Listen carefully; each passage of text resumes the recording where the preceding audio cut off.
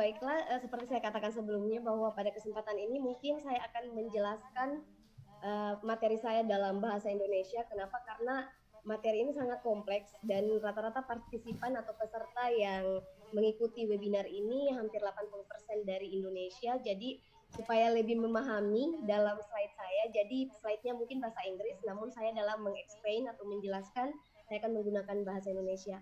Nah, mungkin tak kenal maka tak sayang. Jadi sebelum saya masuk ke topik utama, saya memperkenalkan diri. Nama saya Yaumil Fahmi, saya alumni dari Politeknik Kesehatan Kementerian Kesehatan Makassar dan S2 saya di Clinical Chemistry dari Universitas Hasanuddin.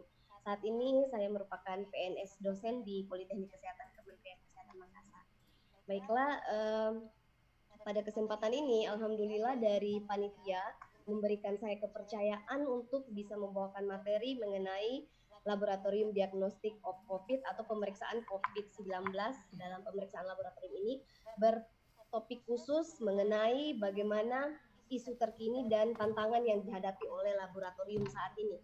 Nah, sebelum kita masuk ke topik, kalau berbicara tentang SARS-CoV-2 itu bukan lagi hal yang biasa di Indonesia atau di dunia, karena SARS-CoV-2 ini merupakan suatu keadaan atau kondisi yang pandemi, semua hampir seluruh dunia itu menghadapi keadaan ini. Nah, sedikit saya mungkin mereview pengetahuan kita mengenai bagaimana sih penyebaran atau outbreak dari wabah SARS-CoV-2 ini.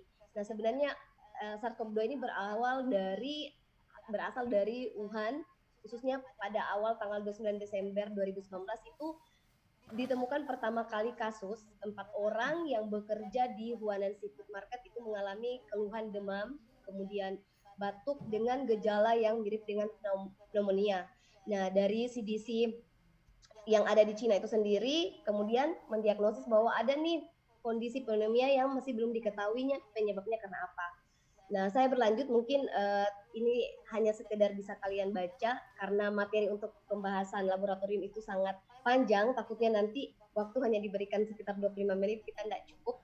Jadi ini mungkin kita bisa baca bagaimana penyebaran SARS-CoV-2 ini, kemudian di tanggal 7 baru SARS-CoV-2 ini bisa diisolasi. Nah, pada tanggal 10 Januari ini baru kita mengetahui bahwa sequence gen dari SARS-CoV-2 itu seperti apa. Nah, pada tanggal 10 Januari ini baru dirilis bahwa ternyata struktur genom dari SARS-CoV-2 itu menyerupai SARS-CoV yang pertama. Nanti akan kita bahas di slide berikutnya.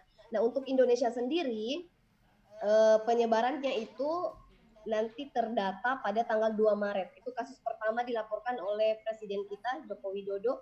Itu untuk kasus pertama di Indonesia itu ada 2 orang pada tanggal 2 Maret. Nah, ini untuk sekedar pengetahuan, kondisi saat ini terakhir saya ambil update pada tanggal, mohon maaf saya mencoret-coret sedikit ya di slide. Jadi update tanggal 19 Juni itu pada kasus untuk Indonesia yang positif itu sudah 43.000 dengan per hari itu sekitar 1.000-an. Ini sangat luar biasa untuk kondisi Indonesia. Nah, untuk di dunia, Indonesia pertama urutan 31. Itu tanggal 16. Dalam waktu sekitar 3 hari kita melonjak langsung kasus ke 29. Sangat luar biasa penyebaran SARS-CoV-2 di Indonesia saat ini.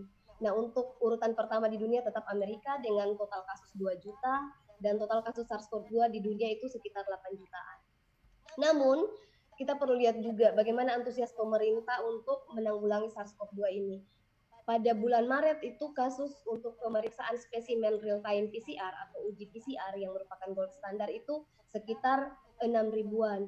Nah, pada saat ini untuk tanggal 19 Juni 2020 itu sudah sekitar 20.000 tes per hari. Jadi sudah sangat luar biasa peran pemerintah dalam mendeteksi SARS-CoV-2 untuk penduduk Indonesia. Nah, itu aja untuk pengantar saja. Nah, untuk kita lihat kasus yang meninggal.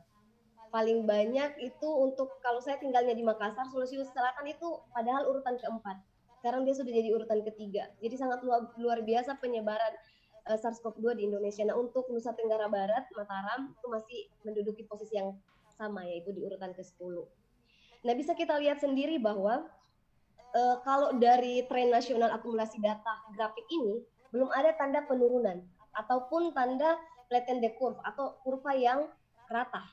Jadi masih terus melonjak naik. Nah, kalau dari kurva ini bisa kita lihat, kalau dari pakar matematika mungkin bisa membahasakan bahwa kasus ini mungkin akan terus melonjak. Takutnya kalau kita tidak menjaga PHBS, kemudian menjaga jarak dan lain sebagainya sebagai anjuran pemerintah, kasusnya akan terus naik dan akan mengalami fase kedua seperti kasus pada flu Spanyol di tahun 1916. Karena kalau menurut para pakar matematika, apabila terjadi flatten the curve atau perataan kurva pada kasus pandemi, itu kemungkinan besar akan terjadi penurunan kasus atau recovery, kesembuhan. Namun kalau masyarakatnya tidak patuh lagi, bisa jadi lonjakan kedua itu akan terjadi seperti itu. Nah, ini hanya untuk review kembali kita agar kita tahu kasus saat ini di Indonesia itu sudah seperti apa untuk SARS-CoV-2. Saya juga nggak tahu untuk Prof. Muhammad Nasil di Malaysia seperti apa kondisinya saat ini. Kalau di Indonesia itu tiap hari hampir 1.000 kasus ditemukan. Baiklah, untuk kita memahami pemeriksaan laboratorium, tentu kita harus, maka kalau kita misalnya menyukai seseorang, tak kenal maka tak sayang. Kalau kita tidak kenal seseorang itu, maka kita tak sayang orang tersebut. Begitu juga untuk melakukan pemeriksaan laboratorium. Dalam melakukan pemeriksaan laboratorium, kita tidak serta-merta, apalagi teknologi laboratorium medis atau medical laboratory teknologi, asal ambil pipet berapa mikron, kemudian lakukan pemeriksaan sesuai SOP atau protap yang ada di kit insert. Nggak boleh seperti itu. Kita sebelum melakukan pemeriksaan, apalagi berbasis molekuler atau virus, maka kita harus mengenal virus ini seperti apa sih, strukturnya, kemudian sifatnya seperti apa, genomnya seperti apa, supaya kita bisa memperlakukan virus itu sesuai dengan sifatnya, seperti itu. Maka sebelum saya menjelaskan tentang bagaimana pemeriksaan laboratorium, kita perlu kenal dulu nih, sebenarnya struktur dari SARS-CoV-2 itu seperti apa sih? Nah, kalau kita mau melihat struktur dari SARS-CoV-2 ini, kita tidak bisa menggunakan mikroskop cahaya seperti yang ada di laboratorium kita, mikroskop cahaya yang ada di rumah sakit yang biasa. Untuk bisa mengamati struktur dari atau visualisasi dari SARS-CoV-2 ini, kita harus menggunakan transmission electron microscope atau menggunakan mikroskop elektron yang bisa memperbesar ukuran virus itu sampai berjuta kali lipat sehingga dia bisa kelihatan, karena kita tahu SARS-CoV-2 virus ini strukturnya itu sangat kecil. Nah, kan struktur yang telah diamati di mikroskop elektron, kan kondisi struktur virus itu seperti ini.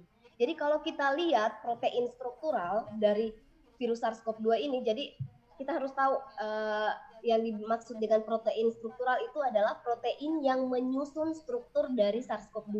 Mungkin saya menjelaskan agak lebih cepat karena waktu. Jadi yang dimaksud dengan protein struktural itu adalah protein yang menyusun struktur dari virus itu. Seperti kalau supaya mudah dipahami seperti kayak manusia. Yang dimaksud dengan protein struktural dari manusia adalah yang melihat, yang bisa kita lihat secara visual, cover dari manusia itu, misalnya wajahnya, hidungnya, tangannya, matanya, itu adalah struktur dari virus atau visual dari manusia kalau kita ibaratkan.